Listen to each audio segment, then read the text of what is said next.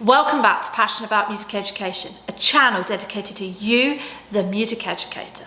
My name is Rachel Hartman. Today I'm going to talk about exam boards. There are many different exam boards that exist around the world for practical exams where you can take formal qualifications. ABRSM, the Associated Board of Royal Schools of Music, is one of those.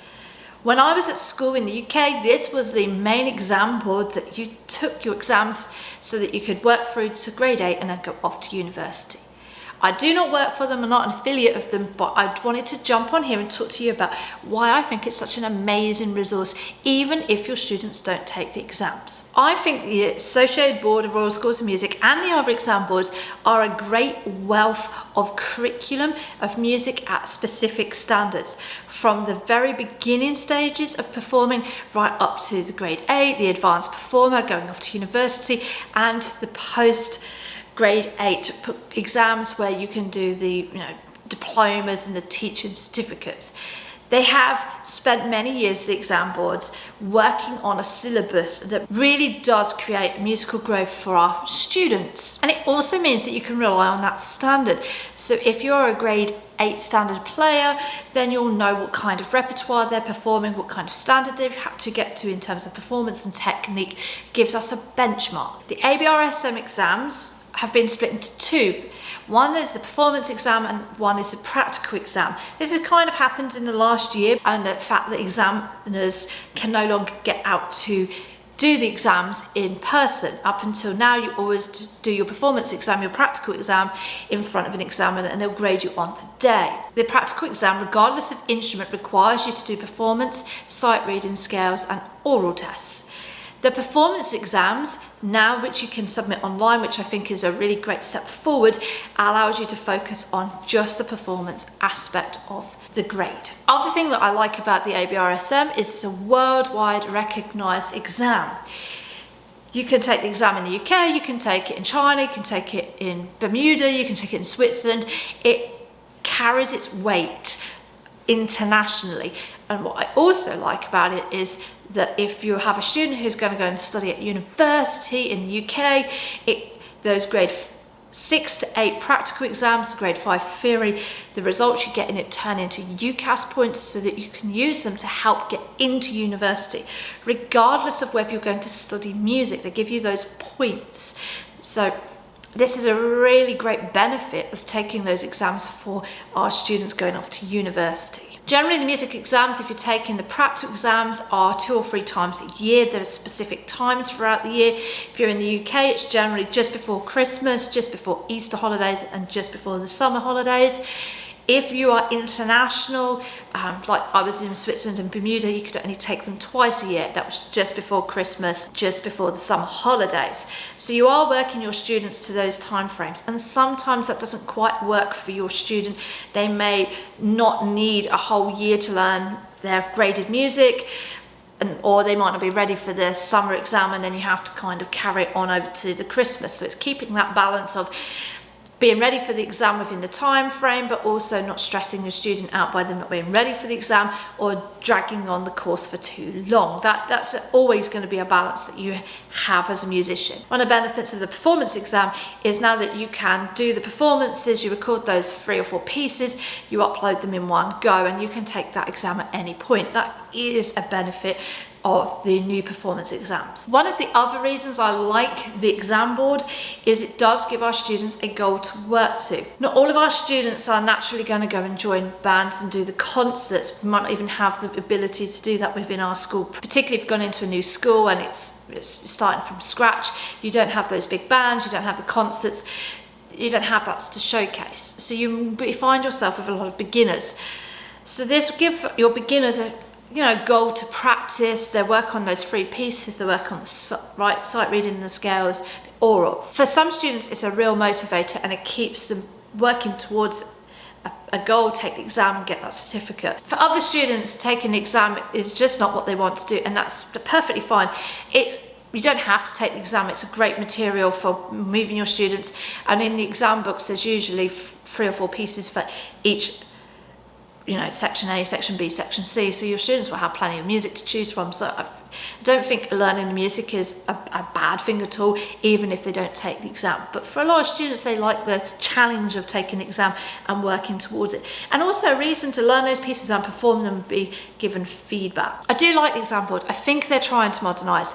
Maybe not as quickly as perhaps we need them to, but they're certainly going in that way.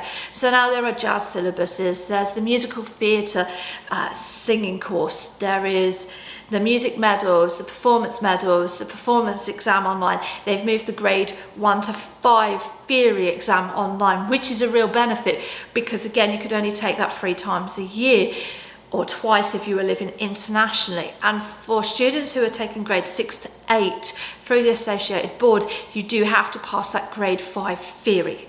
So you can't skip that. I also like that they update and refresh the syllabuses. That's really great because it means that they're always looking for new music, they're always looking at trying to bring in more contemporary artists and new music. So that's great for our composers, our musicians and our students. Other really great thing about the syllabus is if you buy the book, you obviously have the set works, but they also give alternative music. So if you're looking for repertoire for your students, not necessarily take the exam, but you're looking for advanced level saxophone repertoire, there is so much great music listed in there. You'll find some brilliant books that will really suit your student. So they're not necessarily always playing transcribed pieces. So often we find that there is Baroque music that was originally written for cello, transcribed for tenor saxophone.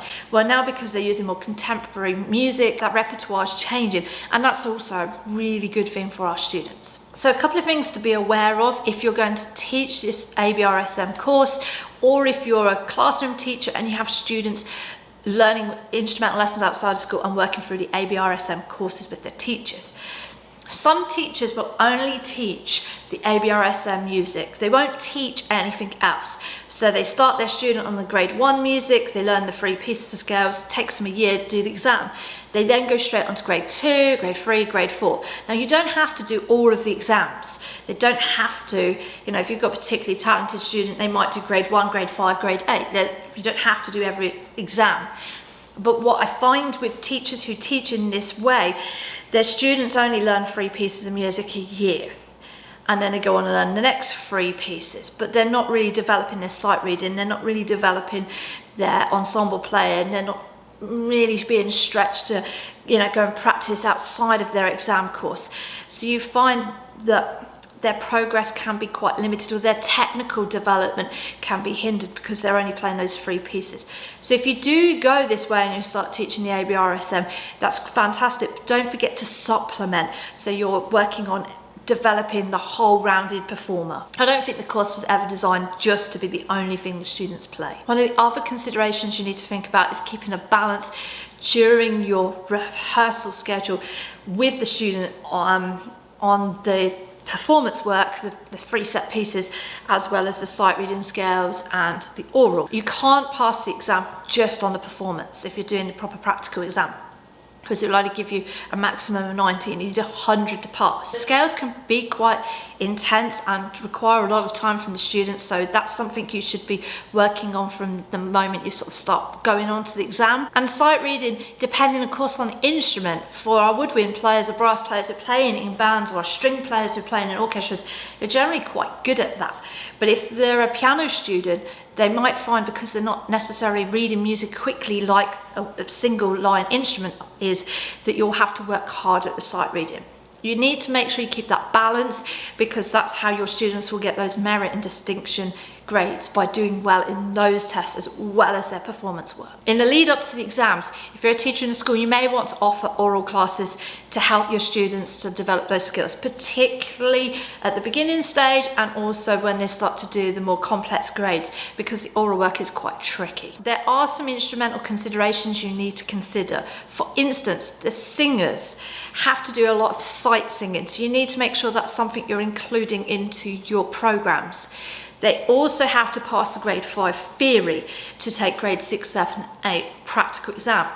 And what I've found is often those students find that really difficult, because often when they're singing, they're reading the words, and although they'll have the songbooks, they will actually probably not read the notation quite as dedicatedly as a piano student. For your piano students, they often struggle with the sight reading because, again, they're not necessarily doing sight reading in a band every week. Also be careful that you might find that some teachers are only working on the scales before they'll let the students learn the pieces, which if you've got students taking GCSE and A-level or IB, the graded exams are fantastic because they're evidence of ability level for the marking, but it also means that they may not be practicing pieces. So it's something you need to manage if you're teaching high school students, that those students are aware that they need to learn pieces, and so if their teacher is making them just do scales for the first term before they enter them for exam and they're not learning new pieces, then you need to encourage them to find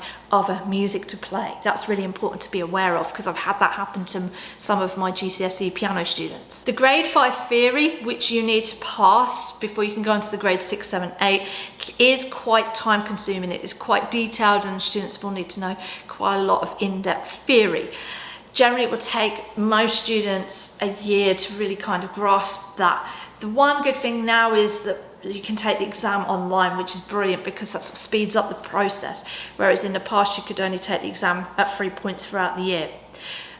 Students will probably need extra classes for that grade 5 theory. The exam's not suitable for every student, and also be aware that syllabuses do change, so you'll need to make sure that you're really clear that when you're teaching a student who might take a year to learn, that syllabus is still valid in a year's time for them to play. So particularly the piano syllabus, which tends to change twice every 2 years. All these exam boards have spent so much time creating a wealth of resources that we should really be tapping into it. And I think the ABRSM have many positives going for them. I particularly like the new musical theatre course.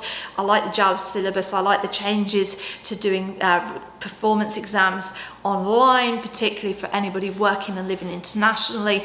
It really does help our students. So if you haven't checked out the ABRSM exam board, then pop over and have a look at their website. I'll put the link in the description below.